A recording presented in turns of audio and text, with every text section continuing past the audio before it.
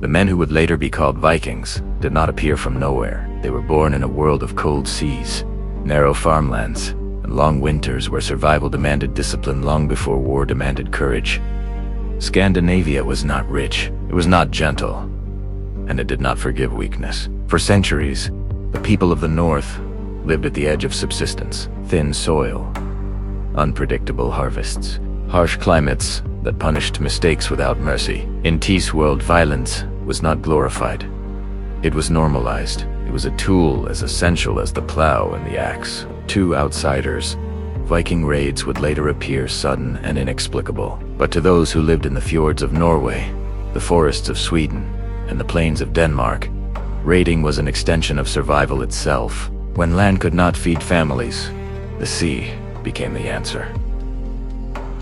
Europe, meanwhile, believed itself safe. After the fall of Rome, fortified cities, monasteries, and river networks had become the backbone of medieval stability. Kings fought each other slowly. Armies moved on foot. Warfare followed seasons, rituals, and predictable routes. No one expected death to arrive silently from the sea. The first Viking raids were not invasions. They were reconnaissance missions, disguised as theft. Small bands tested defenses, learned river currents, memorized coastal landmarks, and vanished before a response was possible. Each raid gathered information. Each retreat refined doctrine. The Vikings did not believe in overwhelming force. They believed in timing. Longships were not just vessels. They were weapons. Shallow drafts allowed them to sail a river where no warship could follow. Light hulls meant they could be dragged across land, bypassing defenses entirely. A Viking fleet could appear where no army was supposed to exist. Monasteries became early targets, not because they were holy, but because they were undefended, wealthy, and symbolically devastating. When Lindisfarne fell in 793, Europe did not just lose monks, it lost its illusion of security. The Vikings did not linger. They struck at dawn, killed resistance immediately, seized valuables, and left before local forces could organize. Speed was the strategy. Fear was the objective. Medieval Europe misunderstood them completely. Kings assumed these were isolated bandits. Church leaders described them as divine punishment rather than a military threat. No centralized response was formed. The Vikings noticed. Raids expanded into campaigns. Temporary camps became seasonal bases. Rivers became highways of terror. By the 9th century, Viking war doctrine had matured. They avoided pitched battles unless terrain favored them. They exploited political fragmentation relentlessly. They accepted losses without hesitation because war was communal, not heroic. Contrary to legend, Vikings were not reckless berserkers. They were pragmatic fighters. Shields overlapped, axes targeted legs, not armor. Spears dominated formations, armor was limited, but tactics compensated. Mobility replaced protection. Coordination replaced brute force. When resistance grew stronger, Vikings adapted again. They began to settle. They learned local languages. They negotiated treaties while preparing raids. This duality confused their enemies. One year, Vikings were mercenaries. The next, invaders. By the time Europe realized this was not a temporary storm, but a structural threat, Viking influence stretched from Ireland to Russia, from the Mediterranean to the Arctic Circle. They did not conquer through empire building. They conquered through destabilization. Kingdoms collapsed, not because Viking armies were larger, but because Viking pressure exposed every weakness already present. Poor logistics, slow mobilization, political infighting. The Vikings did not invent Europe's fragility. They exploited it. And as their tactics evolved, so did their ambitions. Raids turned into occupations. Loot turned into land, but war never stayed static.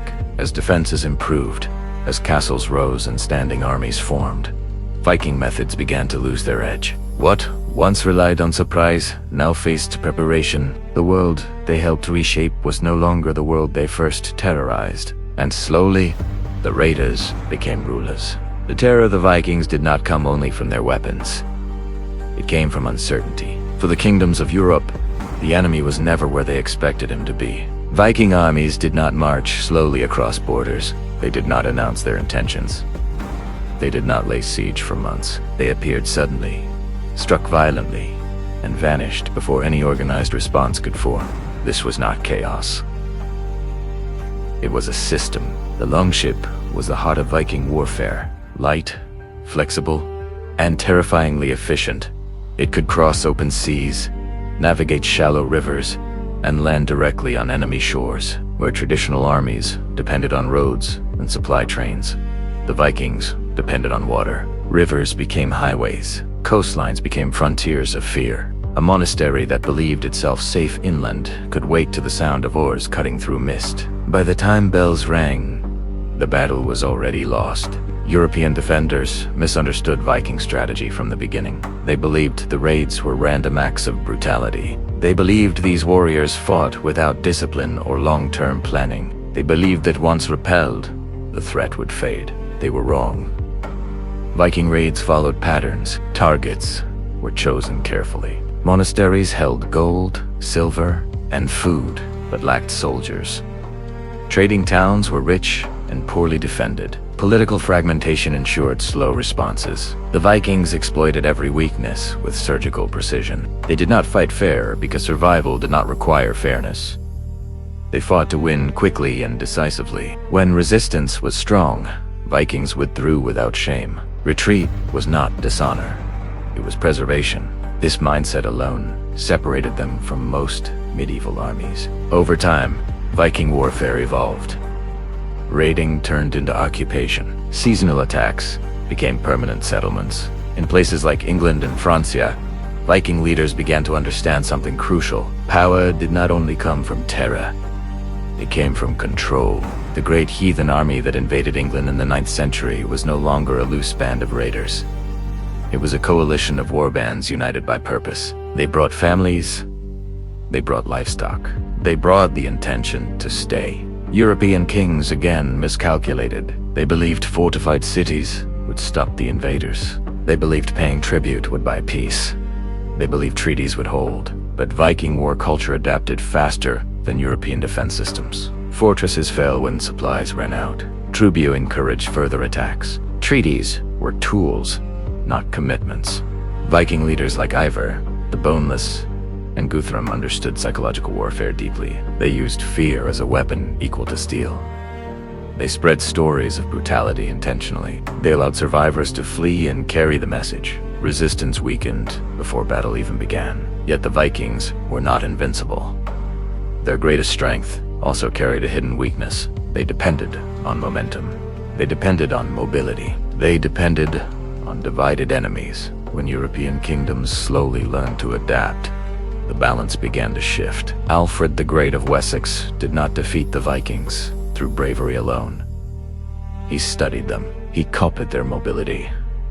He built fortified towns, connected by roads. He created standing forces that could respond rapidly. For the first time, Viking raids met organized resistance. Battles became longer. Losses increased. Victory was no longer guaranteed. But ancient Viking warfare left a permanent mark on Europe. Their tactics forced kingdoms to modernize. Their pressure accelerated state formation. Their settlements reshaped cultures, languages, and borders. The age of Viking raids did not end because Vikings became weak. It ended because Europe finally learned how to fight back. And then, the legacy remained. Normans, descendants of Vikings, would conquer England in 1066, using the same adaptability, discipline, and strategic patience that once terrified Europe. The Viking Age teaches a brutal lesson about warfare. Technology matters, numbers matter, but understanding the environment, exploiting psychology, and adapting faster than the enemy matters most. The Vikings did not raid Europe for 3 centuries because they were monsters. They did it because they understood war better than their enemies for a very long time. And by the time Europe learned the lesson, the world had already changed. By the late 9th century, Europe finally began to understand the truth about Viking warfare. This was not chaos. This was not random violence. This was a system. For generations, European rulers had believed the Vikings would simply disappear once defeated in open battle. They believed a single victory would end the raids. They believed these northern warriors lacked the structure to sustain long wars. They were wrong. The Vikings adapted faster than any enemy they faced. When monasteries became fortified, they struck towns. When towns built walls, they attacked supply routes.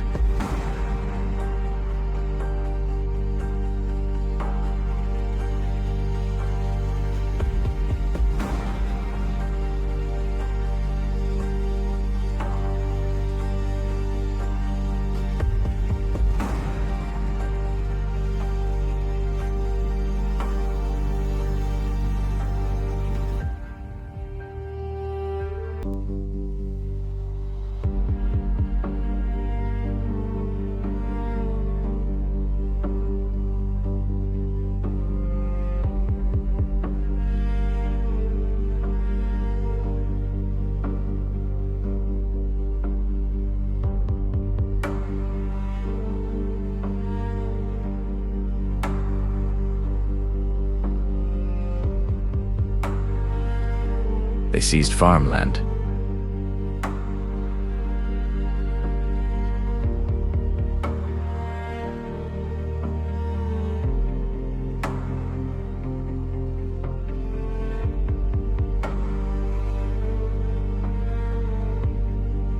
Logistics became their silent weapon. Captured horses expanded mobility. Captured silver paid mercenaries.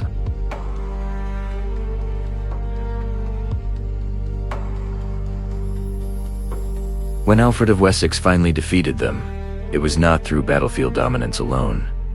It was by copying Viking methods. Rapid response forces. Control of rivers.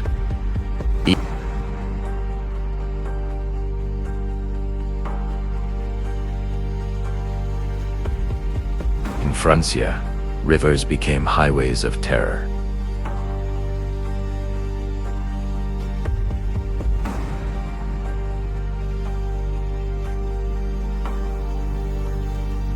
Cities do not fall when walls collapse.